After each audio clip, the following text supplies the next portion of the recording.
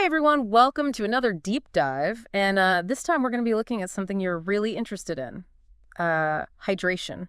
Yeah, Yeah, we're going to be looking at some really fascinating stuff that you found actually in a fitness and health podcast.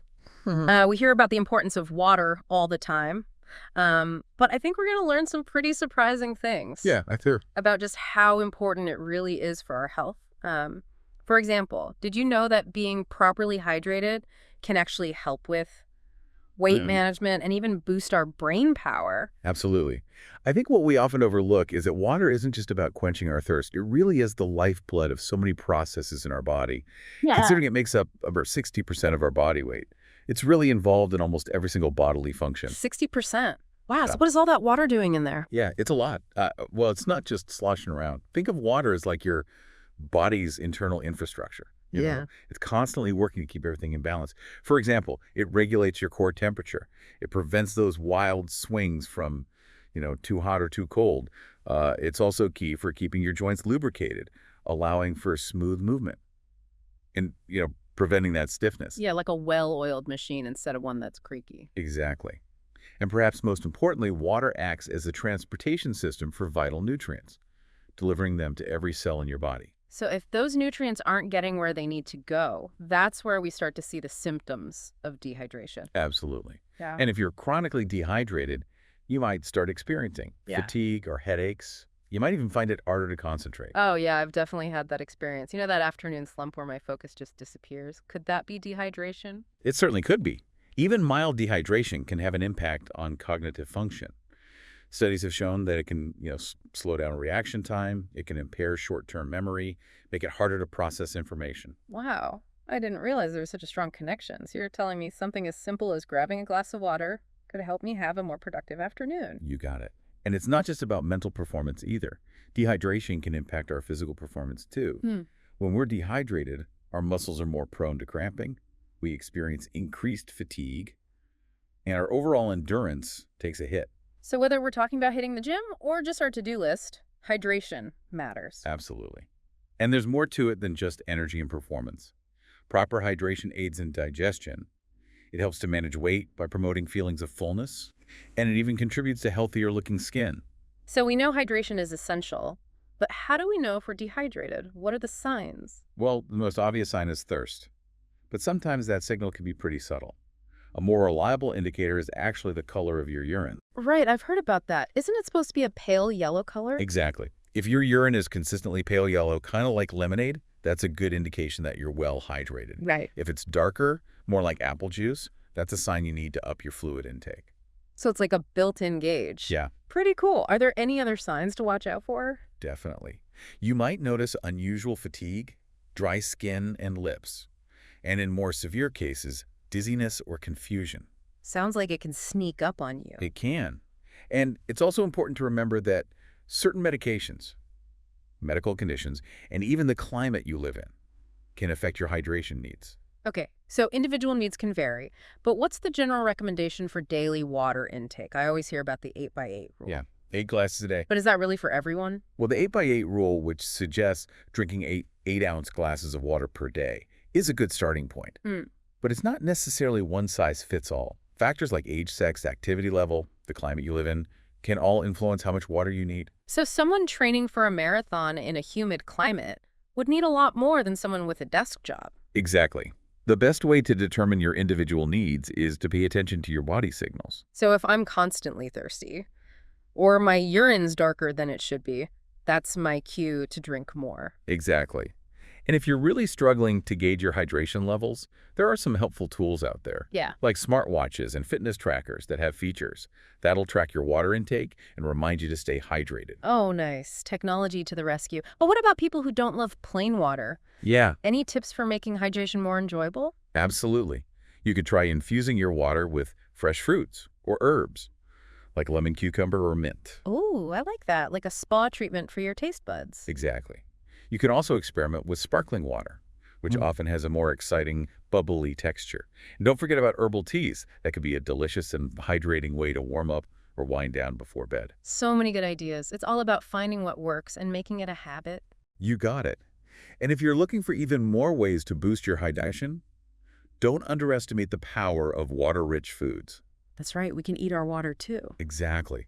Fruits and vegetables like watermelon, cucumbers, and oranges can all contribute to your daily fluid intake. Okay, that's making me rethink my snack choices. I'm going to start swapping out those chips for watermelon. Is there anything else we should keep in mind about incorporating these foods? Well, it's important to remember that certain situations call for increased water intake. Like after a workout, for example, you need to replenish the fluids you've lost through sweat. Yeah, replenish those electrolytes. Exactly. You also need to drink more during hot weather or when you're sick or doing anything that makes you sweat more. Got it. So summer days, intense workouts, and fighting off a cold, all reasons to grab that water bottle. Absolutely. And one final thing to remember is that certain beverages can actually dehydrate you. Oh no, you're not talking about my coffee, are you?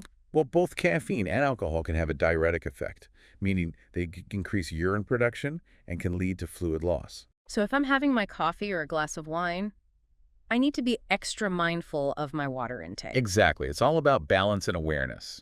I had no idea how much I was underestimating the importance of hydration. It's really about so much more than just quenching your thirst. It's one of the simplest yet most impactful things we can do for our overall health and well-being. I agree. Yeah, it really is amazing how something we take for granted like water can have such a big impact on our health. It is, and the more we learn about hydration, Yeah. the more we realize just how much it affects everything. You know, before we move on, I have a question. We've been talking about all these benefits of hydration for things like energy levels, athletic performance, even skin health. But what about when we just can't remember to drink enough water? I know I'm guilty of that. Getting caught up in my day and forgetting to drink until I'm totally parched. Oh yeah, I think that's a pretty common struggle. One really fascinating thing about dehydration is that sometimes our bodies misinterpret the signals, and it can actually lead us to believe we're hungry when we're actually just thirsty. Wait, are you saying those mid-afternoon cravings could actually be a sign that I need to drink more? Exactly. Next time you reach for a snack, try having a glass of water first. You might be surprised to find that the craving goes away, Yeah. and you are simply just dehydrated. Wow, that's a good tip. I'm definitely going to try that. I love those little hacks that make up healthy habits easier. Me too. Small changes can make a big difference.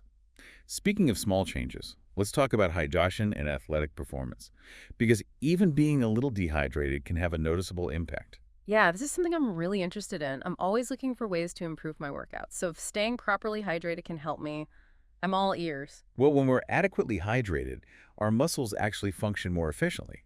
Water plays a crucial role in transporting nutrients to the muscle tissue, keeping them fueled and preventing those cramps. That can totally derail a workout. So it's like giving our muscles the resources they need Yeah. to perform at their best. It makes sense that dehydration would lead to less endurance and strength. Exactly. And don't forget about the role hydration plays in regulating body temperature. When we sweat, we lose fluids and electrolytes, which can lead to overheating and exhaustion. So staying hydrated keeps our internal cooling system running smoothly, which allows us to push ourselves further and recover faster. That's so important, especially for summer workouts or those long runs. So we're not just talking about feeling better, we're talking about performing at our peak. Absolutely.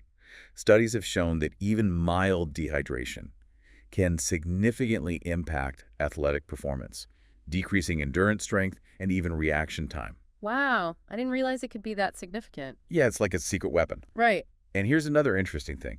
Water actually helps to flush out lactic acid, which is that byproduct of exercise that makes our muscles sore. Oh, so staying hydrated can reduce post-workout soreness. Exactly. It helps with the whole recovery process, Yeah. allowing you to get back to your workouts feeling refreshed. That's amazing. This is all making so much sense.